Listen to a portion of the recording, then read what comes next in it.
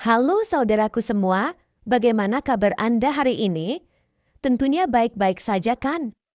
Kita jumpa kembali di Jibet Channel, di mana channel ini akan senantiasa memanjakan Anda dengan menampilkan alur cerita dari film-film terbaik dan dibintangi oleh aktor dan aktris yang terkenal di seluruh dunia. Terima kasih saudaraku yang sudah subscribe channel ini. Bagi yang belum subscribe, silakan di-subscribe dulu. Dengan subscribe dari Anda, artinya Anda telah membantu channel ini untuk berkembang. Film kali ini berjudul Blitz. Di awal film kita diperlihatkan seorang yang sedang istirahat yang bernama Brent. Dia sangat lelah setelah beraktivitas.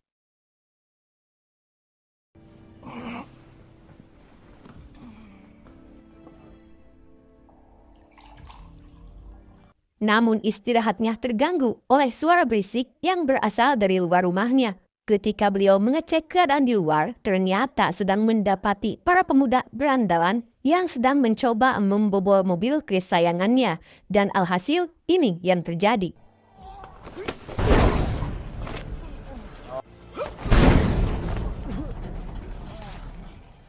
Brent masih memberikan kesempatan terhadap pemuda harapan bangsa ini agar bertaubat dan kembali ke jalan yang benar. Picking the wrong fight.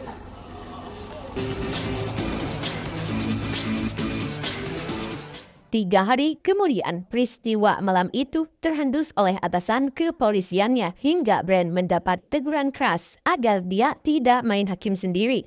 I'm not sure that you realize the gravity of your situation. Brent pun menyadari bahwa yang dilakukannya itu adalah sebuah kesalahan. Namun di sisi lain, itu harus dilakukan agar membuat efek jera pada pelaku. Tak mengerti akan hal itu karena selalu mementingkan reputasi, sang atasan malah mengancam Brent. Jika melakukan hal ini lagi, maka dia akan dipecat dari satuan kepolisian secara tidak hormat. Sontak kata-kata ini menyinggung Brent dan membuatnya naik pitam. Brent berbalik mengancam jika berani memecatnya, maka dia akan lebih brutal lagi, bahkan bisa menghilangkan 2 biji salak si atasan. This is the only work I can do. Maybe my Ketika sedang memberikan sebuah solusi pada seorang intel yang merupakan bawahan dia, tiba-tiba melemparkan sebuah koran tentang peristiwa pada malam itu sambil marah-marah. Namun ketika Brent memberikan pertanyaan, bagaimana jika peristiwa itu terjadi pada Anda? Sekali lagi, kepala kantor pun terdiam dan kalah debat. The name in your face. Now, this little shitstorm blows over. Sepulangnya dari kantor, beliau menuju rumah duka sahabatnya untuk menyaksikan proses kemasi mendiang istri sahabatnya. Untuk menenangkan hati sahabatnya itu yang diketahui bernama Robert, Brent mengajaknya ke tempat hiburan malam.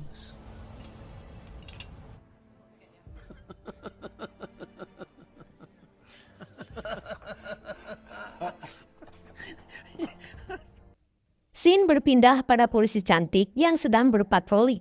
Diketahui polwan ini bernama Sandra. Tanpa diduga datang pemuda memakai hoodie hitam dan apa yang orang misterius ini lakukan?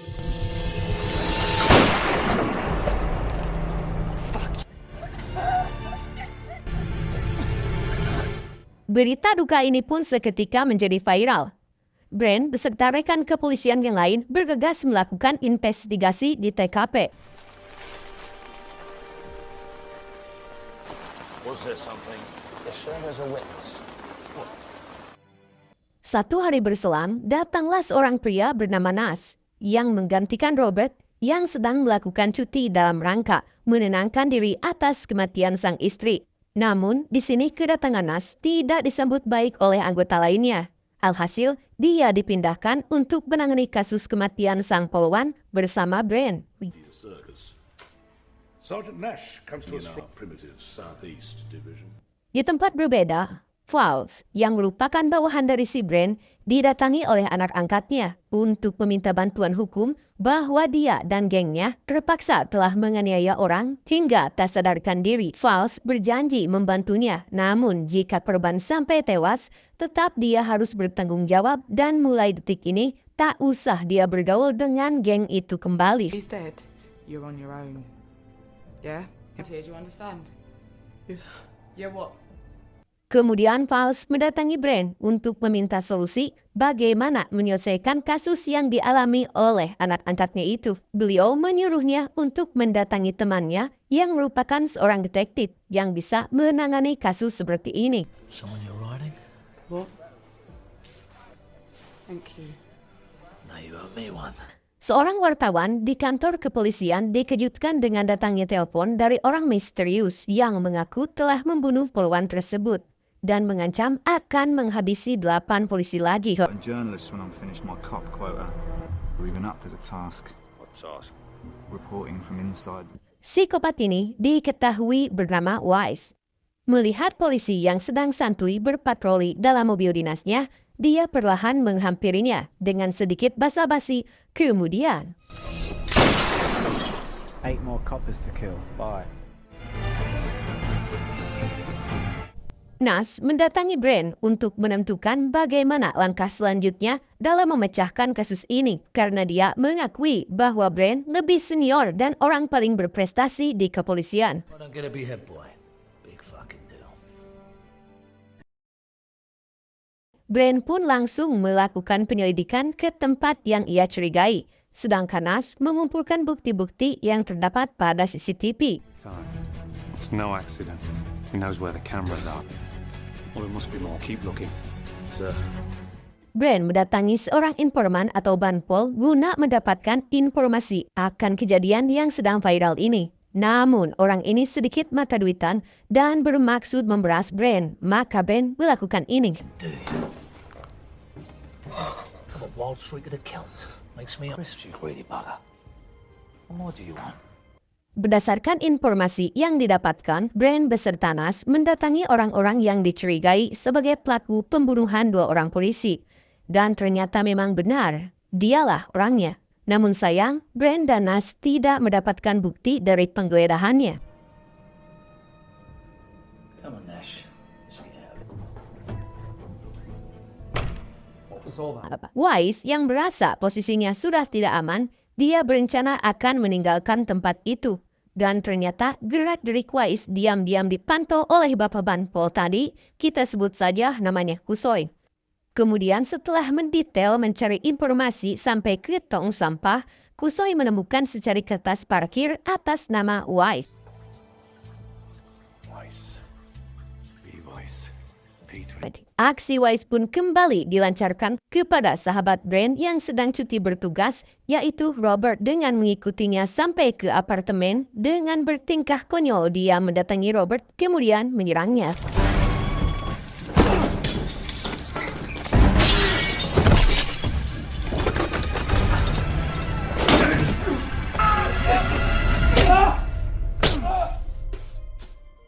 Untuk menghilangkan jejak, dia membakar apartemen milik Robert.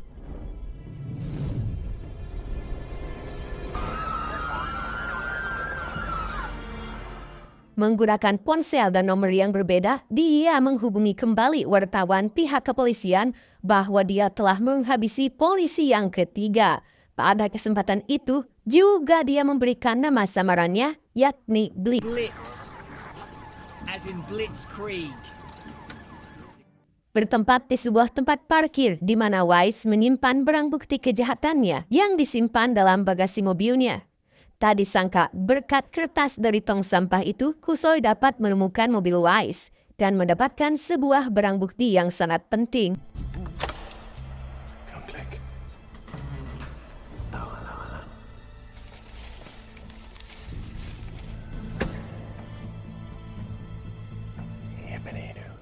Melihat peluang cuan, dia menghubungi Dunlop untuk menjual barang bukti itu, dan dia juga sudah mengetahui siapa Blitz ini sebenarnya. Dan si wartawan kepolisian ini menyetujuinya karena ini akan menjadi sebuah berita yang viral. I get my 50K. Scene berpindah pada Paus yang sedang mendatangi kembali seorang detektif atas saran si Bran. Si detektif mengatakan bahwa orang yang telah diserang oleh anaknya masih hidup. Hanya saja, ini akan membuat anak angkatnya dalam masalah. Faust meminta sang detektif menyelesaikan misi ini tanpa melibatkan anaknya. He's just a scared boy.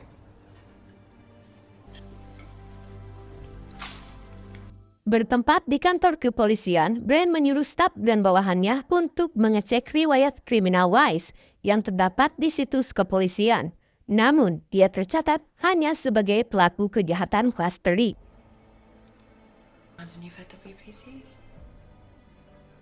Di tempat lain, Kusoi sedang menunjukkan barang bukti yang teramat penting terhadap Dunlop. Terkesima akan bukti yang luar biasa ini, Dunlop mengajak Kusoi ke bar untuk melakukan sebuah transaksi. Tanpa mereka sadari, Wise mengetahui aksi mereka dan mengamankan barang bukti tersebut.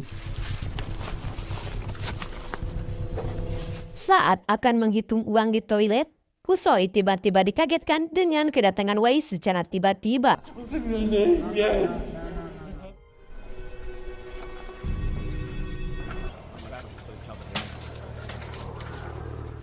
Atas kematian Kusoi, otomatis Dunlop terseret dalam kasus ini, sebab orang terakhir yang ditemui oleh Kusoi adalah dia.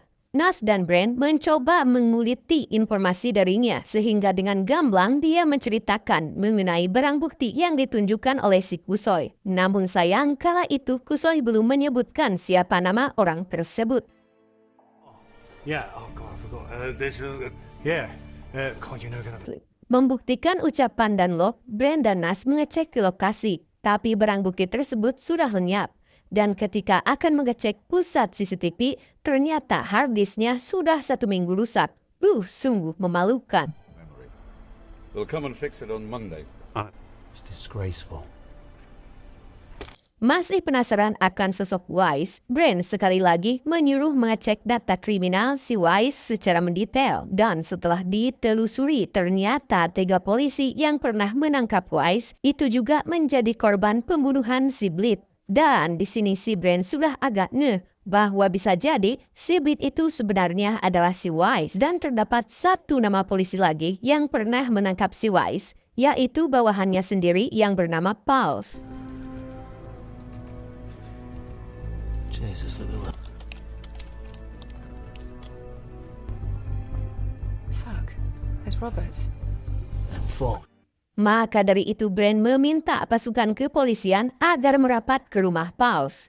Benar saja, si Wise saat ini sedang mengintai si Paul yang sedang berkencan dengan seorang detektif hingga membuntutinya. Tiba di pekarangan rumah, si Pauls yang sedikit abop itu diserang tiba-tiba oleh Wise. Tapi di timing yang sangat tepat, anak angkat Pauls berhasil menghadang si Wise hingga anak itu harus tewas di tangan Wise.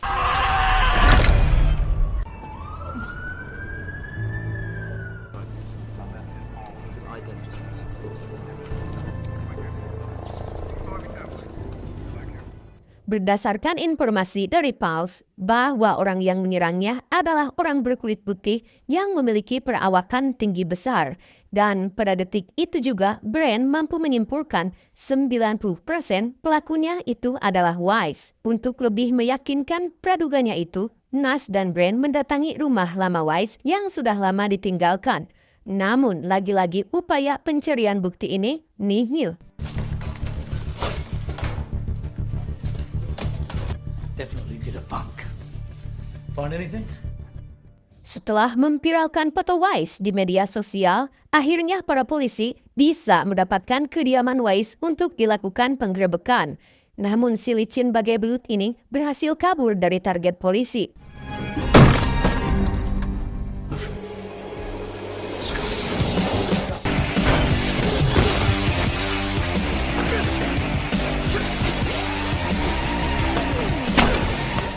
Tapi selicin apapun itu, pasti tidak akan mampu melarikan diri.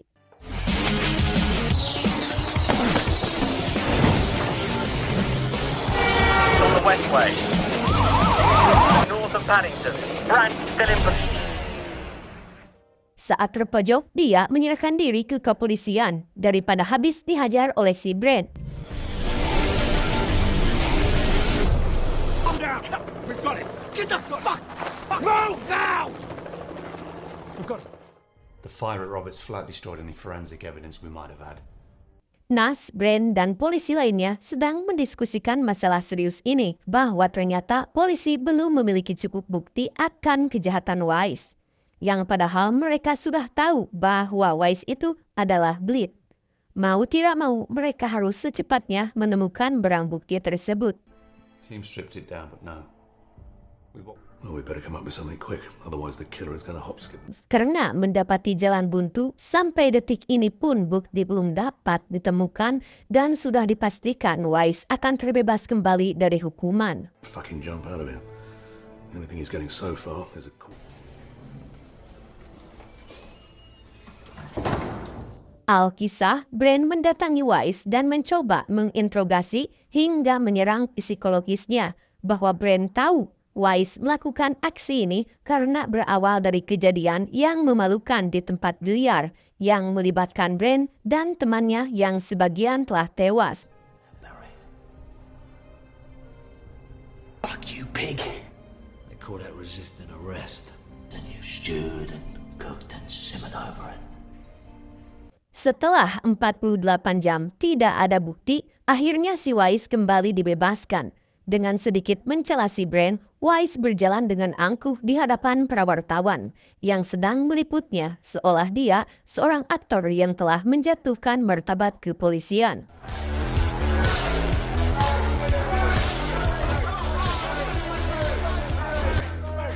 Don't worry, we're having him towed.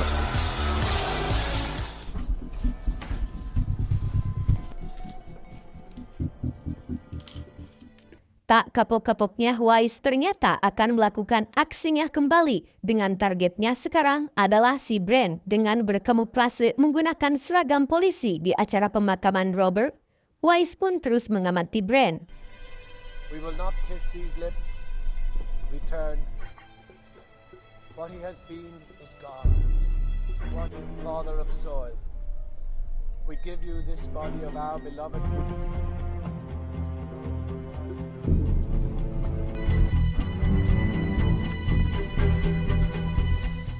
Wise dengan ambisinya terus mengikuti Brand dengan mobilnya.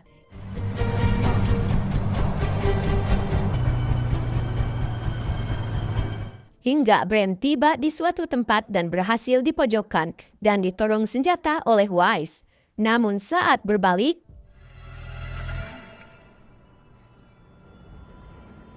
ya, itu ternyata rencana Nas dan Brand untuk membekuk si Wise alias si Bleed ini. Pada adegan ini, saya dibuat puas oleh penyiksaan yang dilakukan oleh Brand.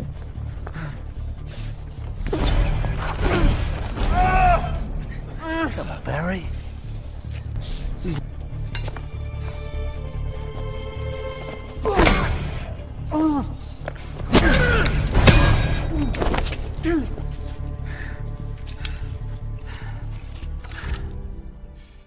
Setelah puas menyiksa Wise, dia menghentikan sejenak aksinya. Kemudian terucaplah pengakuan dari mulut Wise bahwa dia adalah Biz. I'm the Blitz. You talking about it? Dan inilah yang dilakukan Brand.